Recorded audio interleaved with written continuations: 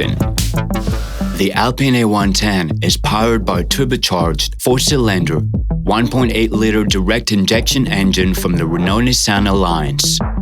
The Alpine engineers have developed a specially designed version with tailor-made components, starting with the air inlet, the turbo, and the engine mapping. The mid-mountain engine block delivers 185 kilowatts, or 252 horsepower, and torque of 320 Nm. This is coupled to a 7-speed dual-clutch go-track transmission. Thanks to its excellent power-to-weight ratio of 4.3 kilos per horsepower, the Alpine A110 can go from 0 to 62 miles per hour in just 4.5 seconds. Despite these exceptional figures, its powerful propulsion has a combined cycle consumption of just 1.34 gallons of fuel for every 62 miles and emits no more than 138 grams of carbon dioxide per kilometer.